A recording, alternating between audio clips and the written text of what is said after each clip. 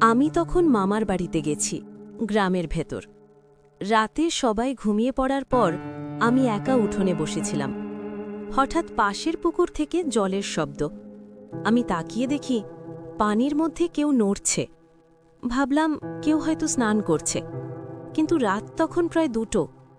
আমি একটু কাছে যেতেই জল থেকে একটা মেয়ে ধীরে ধীরে উঠে আসে।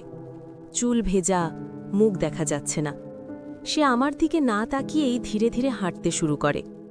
আমি ভয় পেলেও পিছু নেই, কারণ কেমন যেন টান লাগছিল।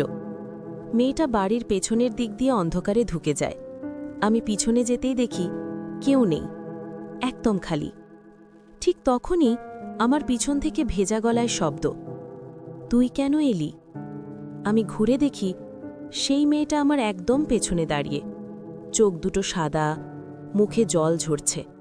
সে ধীরে ধীরে বলে, আমি তোকে ডাকিনি।